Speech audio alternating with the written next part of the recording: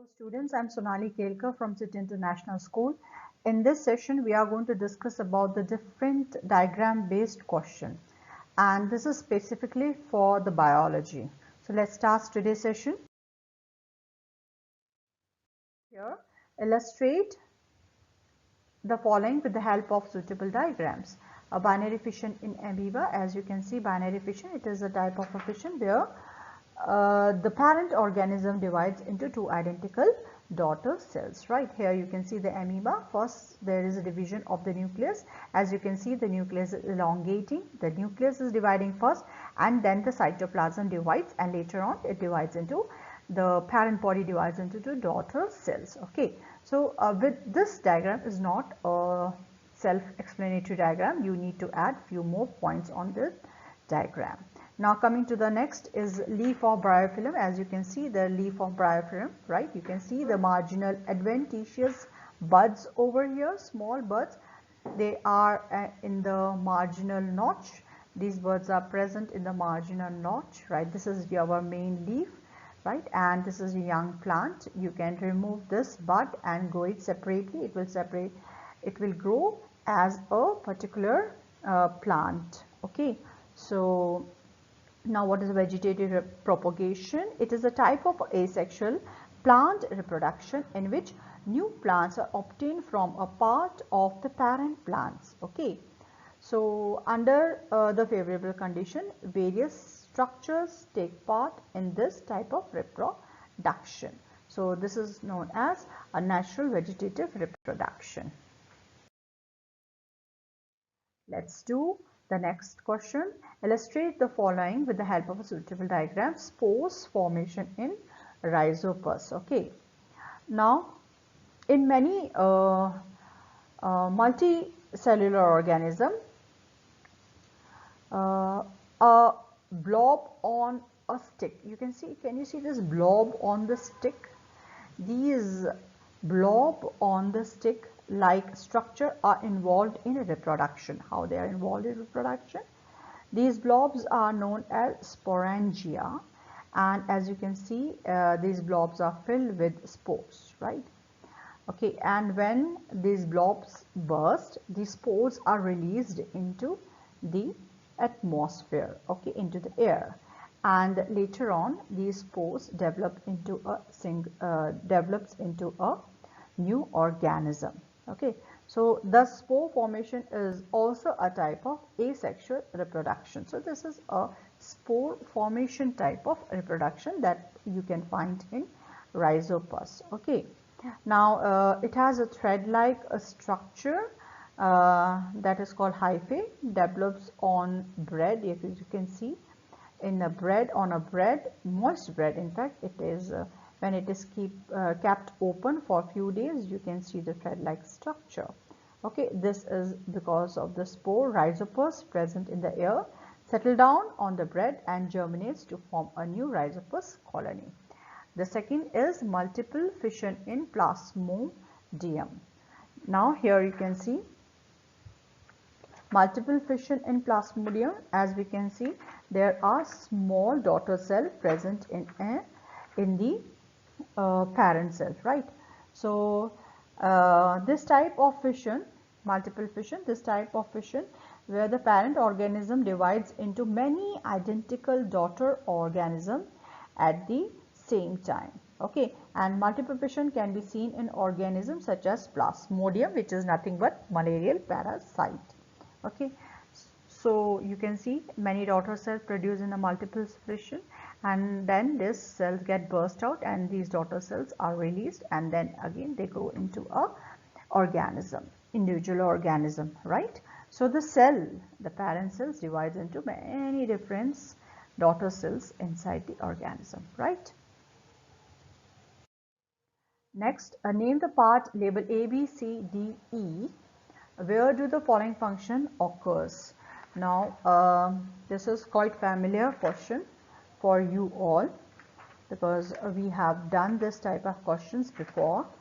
So if I see the first, or that is A is an fallopian tube, or right, or oviduct, we can say oviduct, or fallopian tube.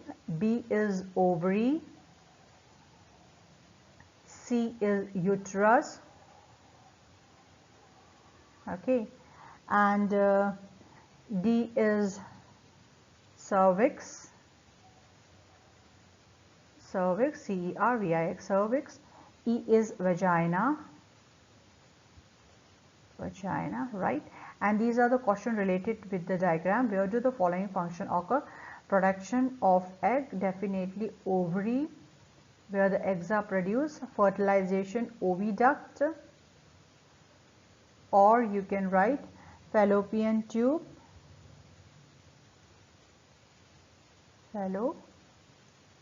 Fallopian tube, right? Implantation of zygote takes place in uterus, right? So eggs are released from the ovary. I'll just explain this diagram, children.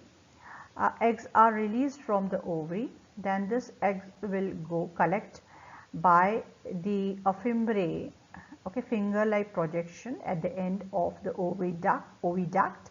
It is collected and it is pushed towards inside. Okay, the egg is going ahead, it is going towards the uterus.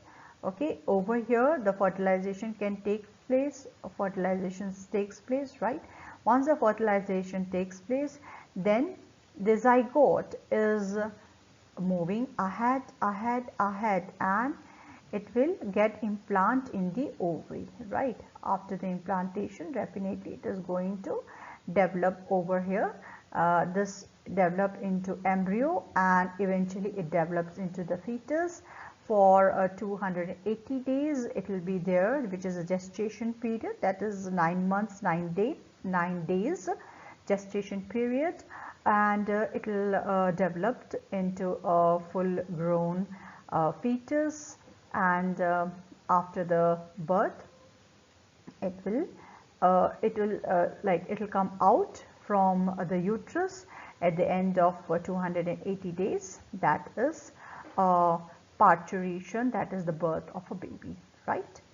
Now question number 5, draw a diagram showing germination of pollen on stigma of flower. Okay, now pollen are settled down on the stigma, which is sticky, right? And you will find that pollen will grow pollen tube. Okay, if these are the pollen grains of the same species, definitely going to grow a pollen tube. Okay, from the pollen tube, what is happening? The male germ cells, as you can see, okay, they are going ahead. Okay, the first germ cell is known as the tube cell, and the second is generative cell, right? This tube cell will create a tube through a pollen tube. Okay, it will going to make a way for the second generative cell or the sperm cell, and it will enter inside the ovary, right? When it enters inside the ovary, this tube's nuclei will degenerate, and the second nuclei is going to fuse with the egg, and then the second part of the generative nuclei further it divides into two. Okay, so the first is going to fuse with the egg, and the second is going to fuse with the polar cells, right? And that is why we call it double fertilization. Now what we have to do is label the pollen grain. Okay, we have labeled the pollen grain. It is a pollen grain. Then the male germ cell. Okay, there is you can see the male germ cell over here. Pollen tube, we have labeled pollen tube. Female germ cells in the above diagram. Okay, the female germ cell, there are 3 cells present inside the ovary. The middle cell is known as the female germ cell. Okay. Number 6, children. Draw a longitudinal section of flower and label the following parts. Now, part that produce the pollen grain, that is anther. Okay, so we have to draw a flower where we have to show anther. Now anther is present on this filament. Okay, and anther and filament together known as stamen. So these are the terms which you are already well versed of. Part that transferred male gametes to the female gametes, right? That's a pollen tube, right? So part that transferred, that is a pollen tube. So you have to first answer these things and then you draw the diagram, and remember that you have to label all these things. Part that is sticky to trap the pollen grain, that is stigma. So you have to draw the stigma and label the stigma later on. Part that develops into the fruit, that is ovary, right? And the diagram is drawn over here, okay, where all these things are labeled. Next, draw a diagram of a human female reproductive system and label the parts that produce egg. So the part that produces egg is ovary, which is labeled over here. So first you have to draw it and label the parts, or label the things which are asked you to label. Okay, whatever has not been asked, please don't label. Where the fusion of the egg and the sperm takes place, that is fallopian tube. Where zygote is implanted, that is uterus. So as you can see over here, how I have drawn the diagram and I have labeled accordingly. A part that produces egg, that is ovary. So I have written ovary, and besides that I have written 1. So this is my answer 1, and I have labeled that particular part. I have drawn that particular part, right? Second is a fallopian tube. Fallopian tube I have labeled and I have put a second over here too. And uterus also I have labeled and I have put 3 over here. So remember, you have to draw the diagram, and this is how you have to label it. That is why I have taken these type of things again and again. Question number 8, explain nutrition in amoeba. So we know that how the amoeba takes in food. Amoeba has pseudopodia, right? Wherever there are food particles, what happens, this pseudopodia gets surround the food particle, okay, and it will engulf the food particle, and this will become a vacuole. Vacuole is full of enzymes which will digest the food particle, and then undigested food particle is thrown out from the surface. So you have to draw these 1, 2, 3, 4 steps. Very important. Do not draw 1, 2 or 3 steps. You have to draw all the 4 steps to explain the nutrition in amoeba. Next, human digestive parts. Okay, so what we are supposed to do is we have to label parts from 1 to 12. Okay, as you can see over here, part number 1, right? This is palate, the upper palate. Okay, part number 2 is mouth, right? Part number 3, these are the salivary glands. Part number 4 is part number 4, you can say it is pharynx, which is a common pathway of food and air. Then part number 5 over here is esophagus, because it is a digestive system. Please don't label it as a windpipe or trachea. Okay, it is esophagus, right? Part number 6 is liver.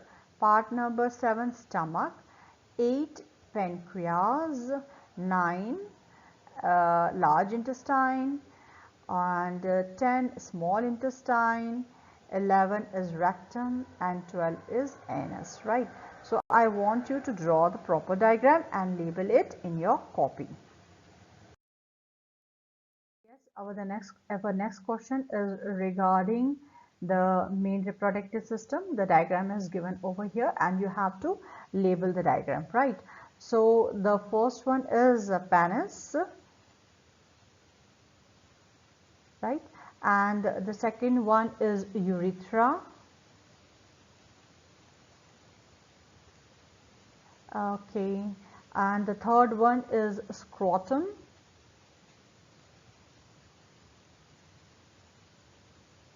The fourth one is testis. Okay, the fourth one is testis.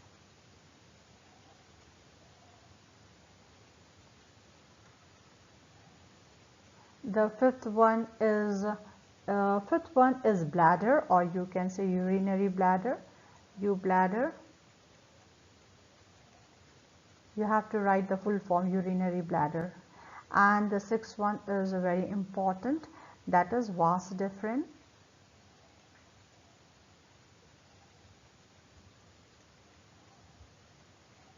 Okay, so this is all about male reproductive system. You have different glands also, so you need to do the other diagram with the glands. Okay, so you have prostate glands and seminal vesicle or seminal vesicle glands.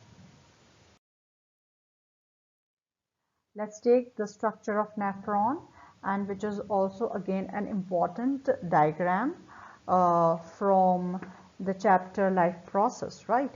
And in this diagram, what are the important things that you have to remember is glomerulus. So this particular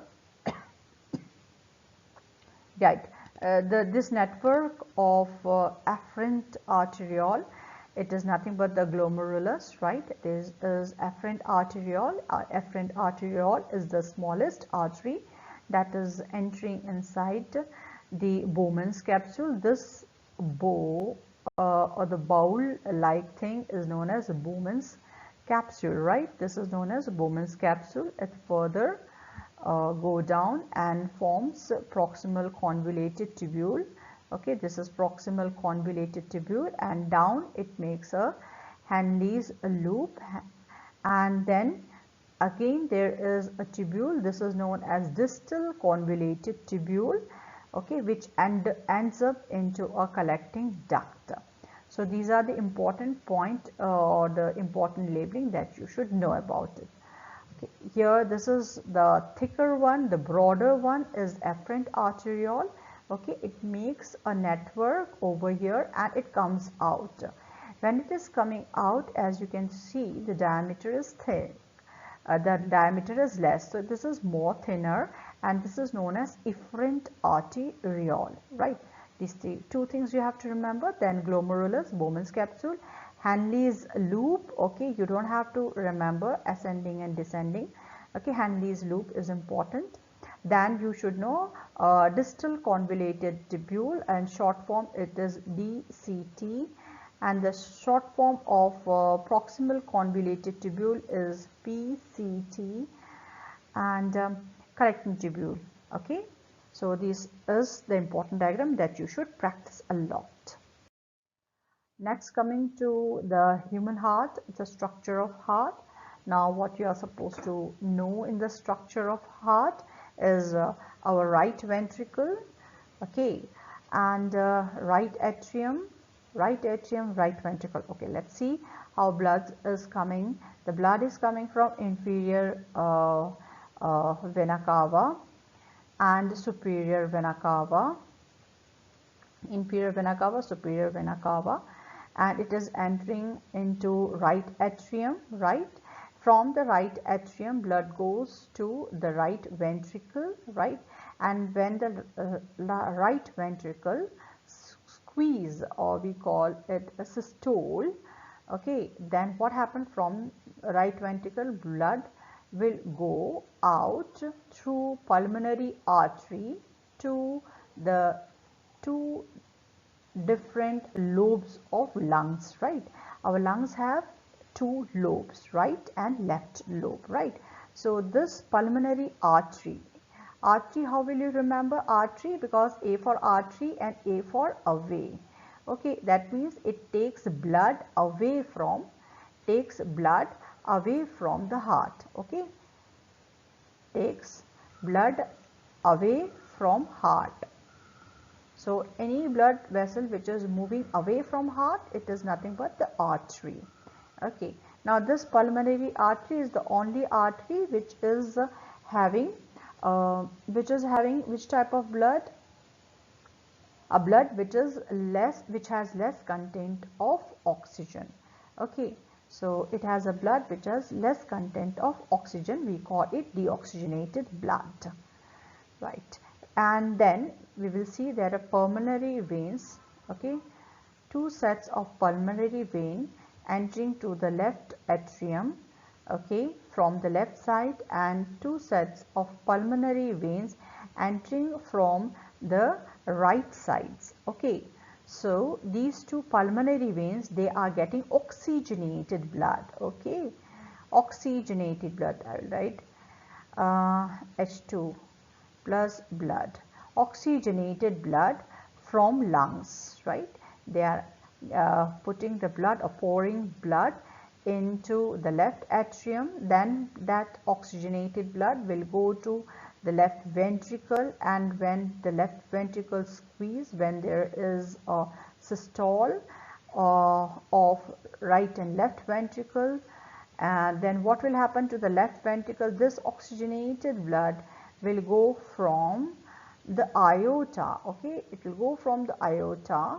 Aorta will divide into 3 parts. It will take blood to the upper part of the body, and then the aorta will go down, will take blood to the down part of the body, or to the other parts of the body which are at down side, right?